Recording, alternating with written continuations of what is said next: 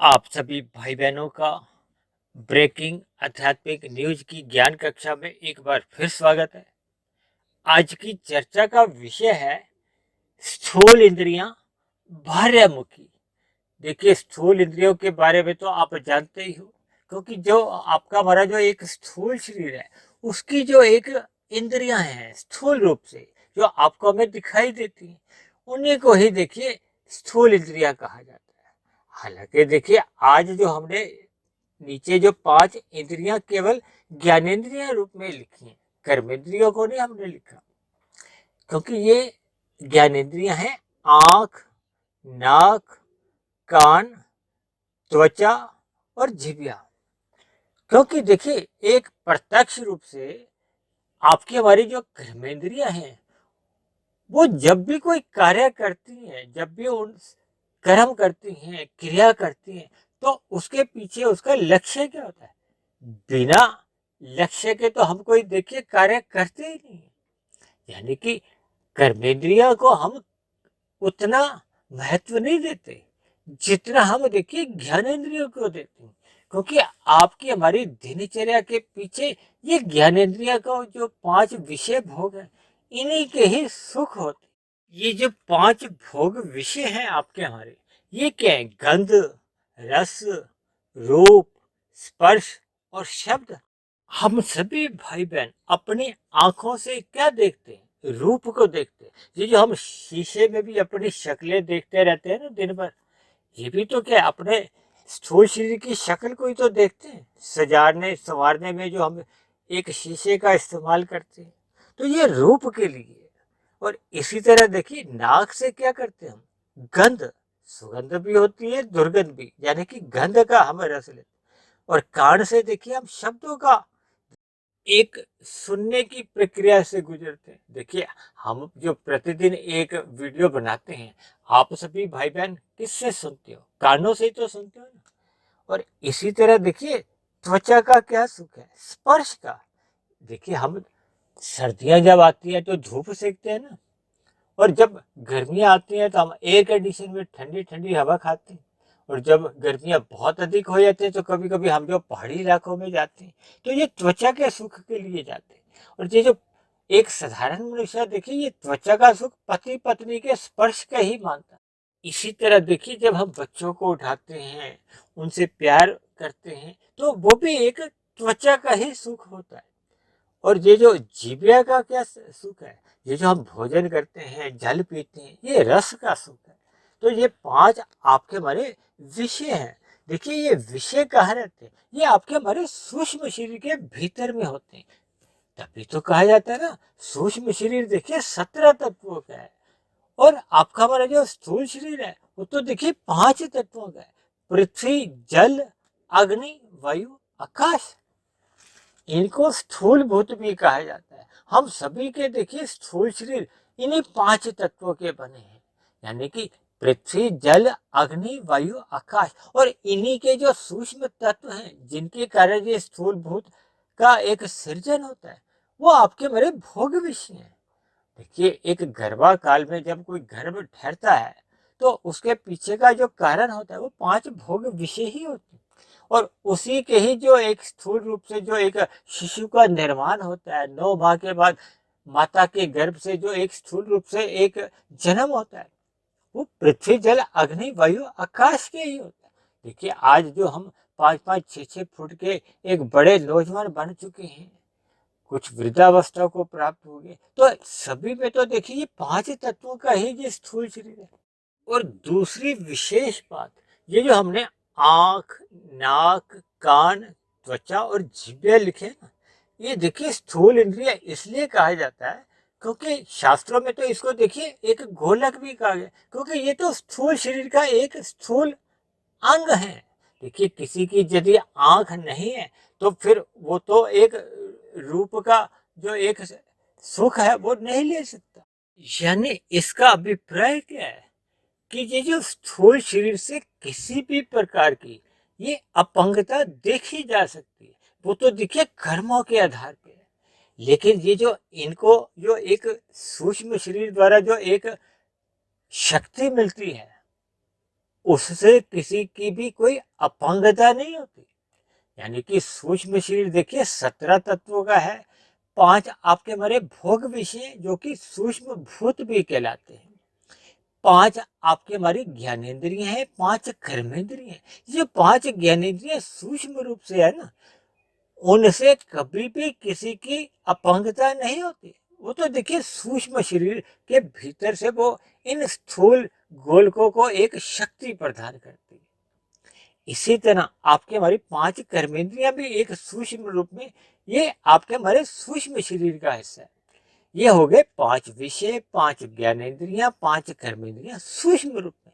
ये हो गए 15 और एक है मन और बुद्धि। देखिए शास्त्रों में मन को महाइंद्री का भी नाम दिया गया, क्योंकि आपके हमारे जो स्थूल शरीर की जो एक कर्मेंद्रियां हैं या ज्ञानेंद्रियां हैं, या सूक्ष्म रूप से भी जो ज्ञानेंद्रियां या कर्मेंद्रियां हैं आपके सूक्ष्म शरीर की, इन पर जो नियंत्रण है वो किसका है? वो मन का होता है। और मन के ऊपर क्या है? बुद्धि।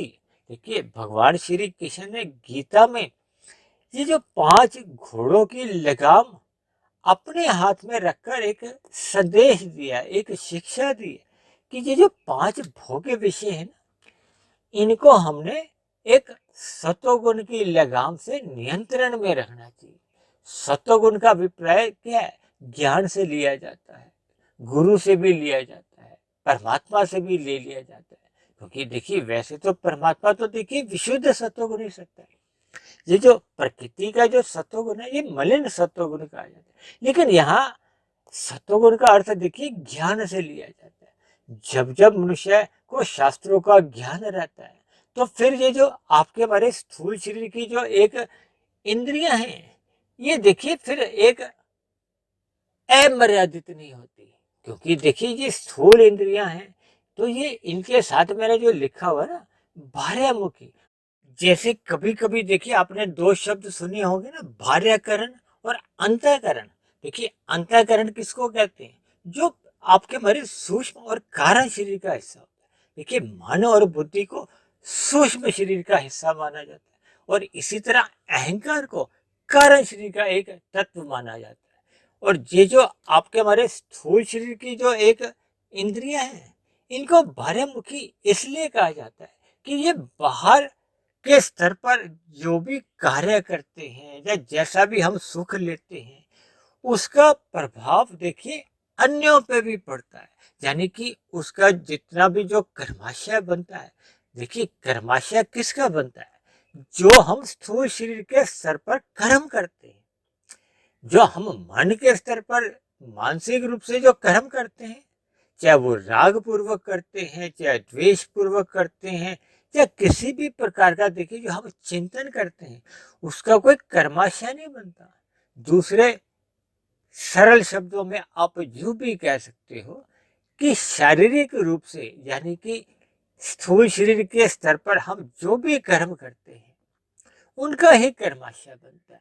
ये जो संसार में जब जब देखिए हम यातायात के नियम का उल्लंघन करते हैं तो किसको सजा मिलती है? स्थूल शरीर को। ये जो जेलों में जो बंद मनुष्य हैं, किसी भी कारण से ये अपराध करते हैं तो अपराध की सजा किसको मिलती है? स्थूल शरीर को मिलती है। और जब तक देखिए आपका हमारा जो सूक्ष्म शरीर है और कारण शरीर है, कारण शरीर में तो देखिए कर्माशय रहता है, संस्कार रहते हैं।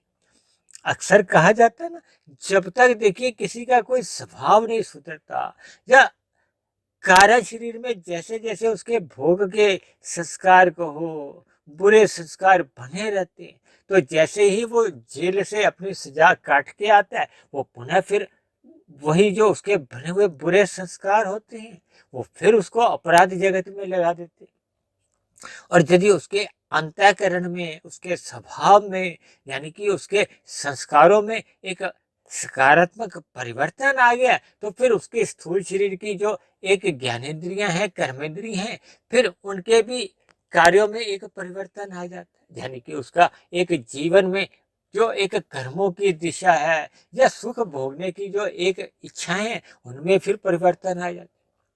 यानी हमें देखिए इन सभी बातों को बहुत ही ध्यान पूर्वक एक इन पर चिंतन करना चाहिए, क्योंकि मनुष्य देखिए अपने मिले हुए जीवन में पुण्य कर्म भी करता है, विशेष प्रकार के पुण्य कर्म भी करता है और पाप कर्म भी करता है।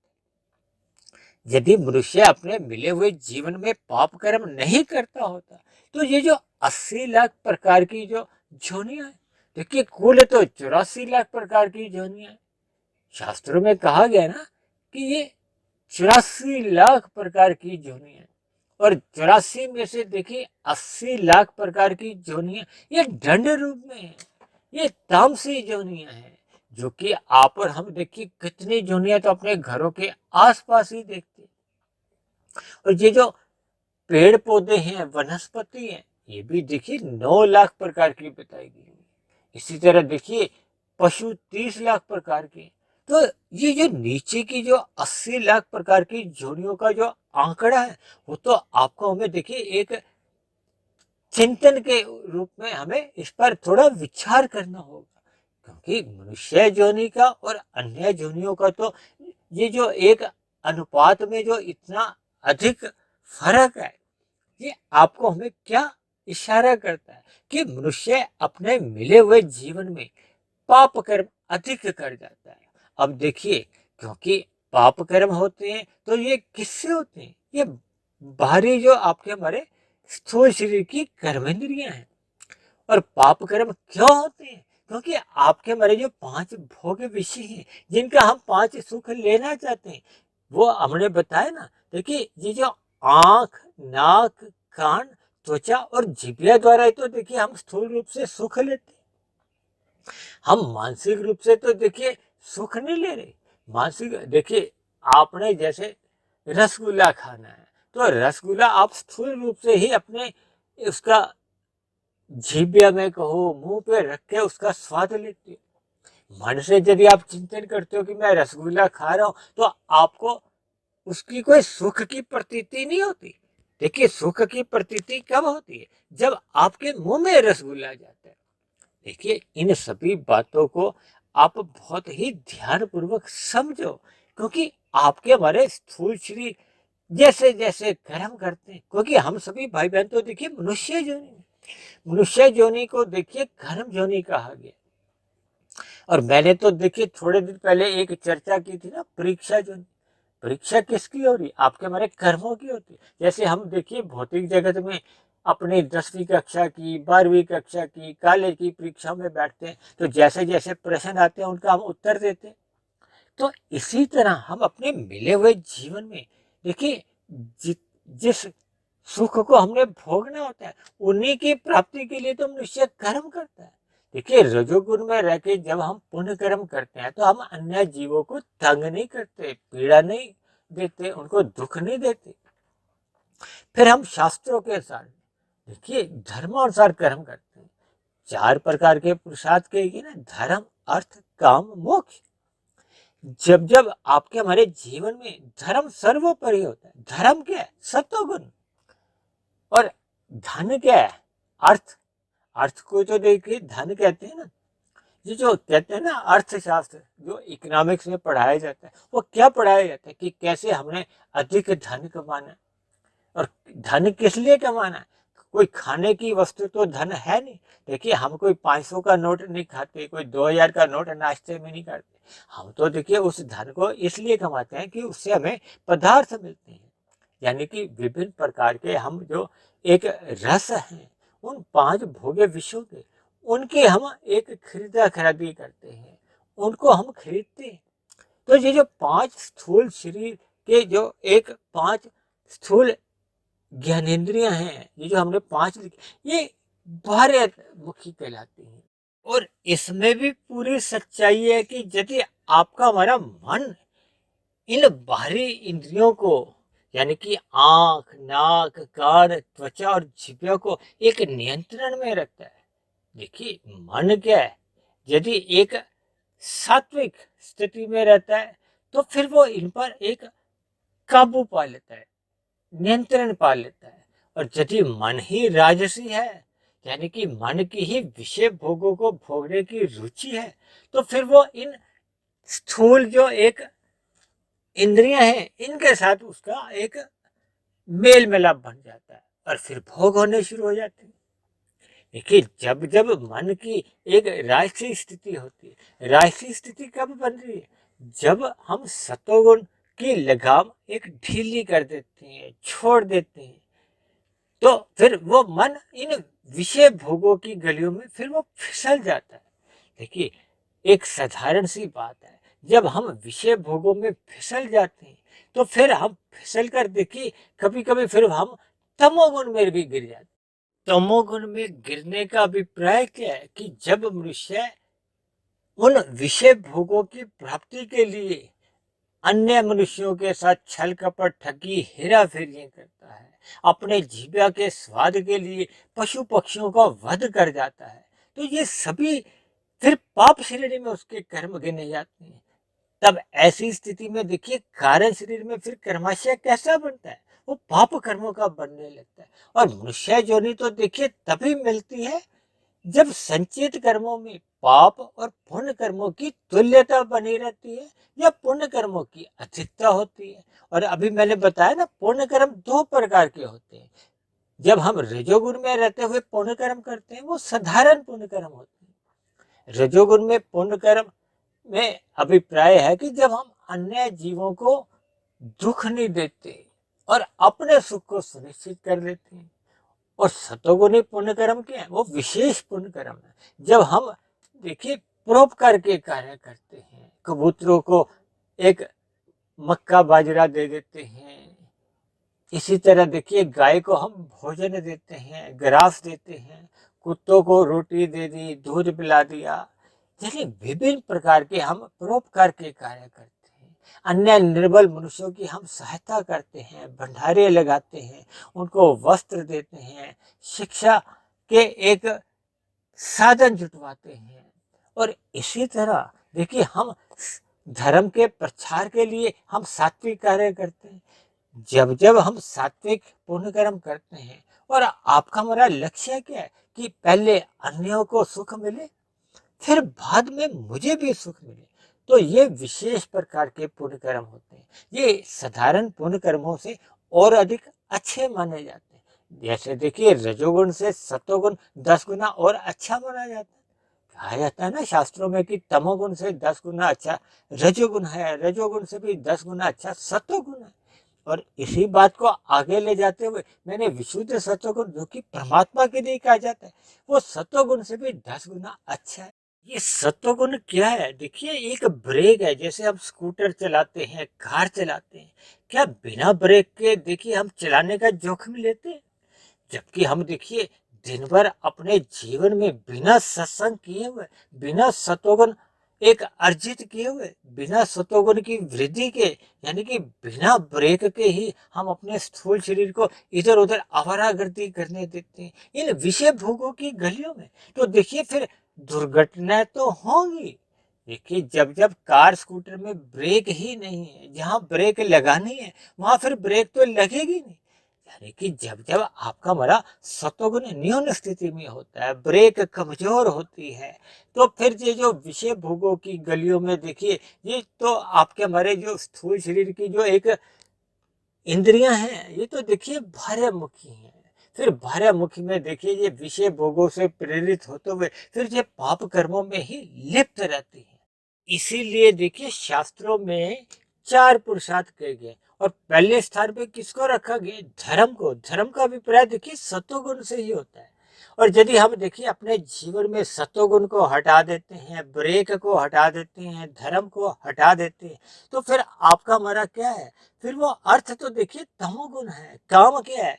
ये कामनाएं हैं, ये राशि होती हैं। तब ऐसी स्थिति में देखिए आपका तमोगुण रजोगुण ही आपके हमारे जीवन में फिर अपनी मन मर्जी ही करता रहता है। देखिए उदाहरण के लिए देखिए जब हम शादी ब्याह में जाते हो तो आपके हमारा खाने की प्रवृत्तियां कैसी कैसी होती है। देखिए आपके हमारे पेट में अगर 300-400 ग्राम भोजन की ही एक व्यवस्था है, लेकिन हम विषय भोगों से प्रेरित होते हुए 2-2 किलो भोजन कर जाते हैं, यानी कि अधिक भोजन, फिर वो आपके अंदर की हमारी जो एक पेट की स्थिति है वो खराब होने लगती है। इसी तरह देखिए डीजे पे नाच गाने पे कैसी-कैसी स्थितियाँ होती हैं। कुल मिलाकर देखिए जब आपका हमारा रजोगुण बिना सतोगुण की लगाम से कहीं भी इधर-उधर जाता है, तो फिर अव्यवस्थाएँ होने लगती हैं या आपके हमारे भोग विषय फिर अनियंत्रित हो जाते हैं।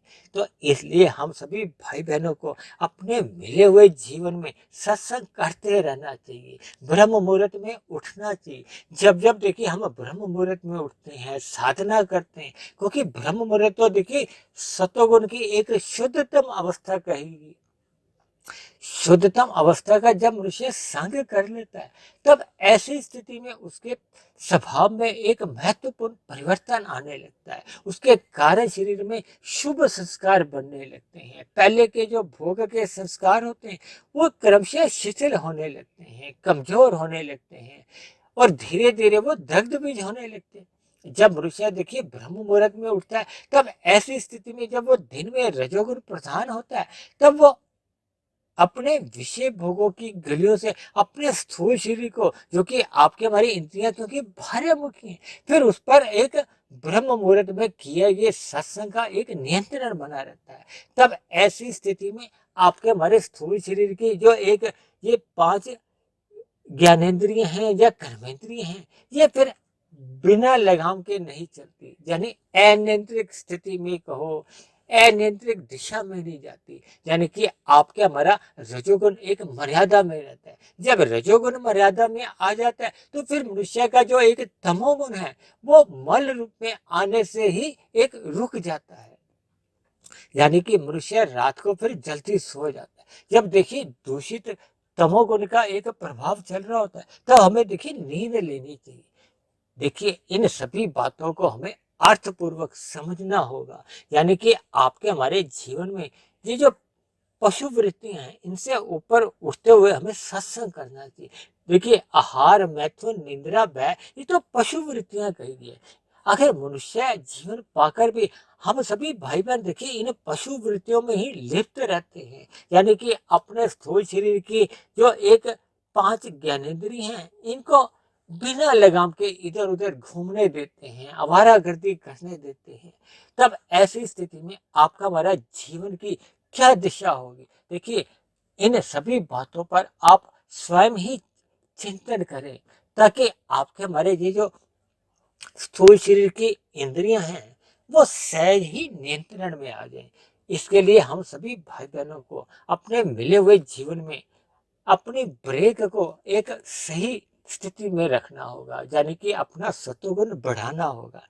और यदि मनुष्य अपने जीवन में इस ब्रेक को कसता नहीं है, यानी कि सत्वगुण की स्थिति को मजबूत नहीं करता, तब ऐसी स्थिति में देखिए कार्य शरीर में जैसे जैसे भोग के संस्कार बने होते हैं, वो जैसी जैसी जीवन में आपको हमें बाहरी स्तर पर स्थितियां मिलती हैं, तो ये जो कार्य शरीर में बने हुए जो भोग के जो संस्कार हैं, वो पूरी तूफानी रफ्तार से आते हैं, वेग से आते हैं। ये देखिए संसार में ये जो बलात्कार जैसी स्थितियां हैं या हत्या जैसी जो स्थिति हैं, ये कारण शरीर में बने हुए अशुभ संस्कारों के फलस्वरूप ही बनती हैं। इसलिए मेरी आप सभी भाई बहनों से विनती है कि मिले हुए जीवन में हमें सत्संग को अधिक महत्व देना चाहिए, ताकि मिले हुए जीवन में आपके हमारी एक आध्यात्मिक साधना आरंभ हो, ताकि मिला हुआ जीवन सफल हो जाए, सार्थक हो जाए, ताकि आपके हमारे जीवन में एक आध्यात्मिक उन्नति को एक गति मिले। तो ऐसी सभी शुभ स्थितियां हम सभी भाई बहनों के जीवन में भी बने।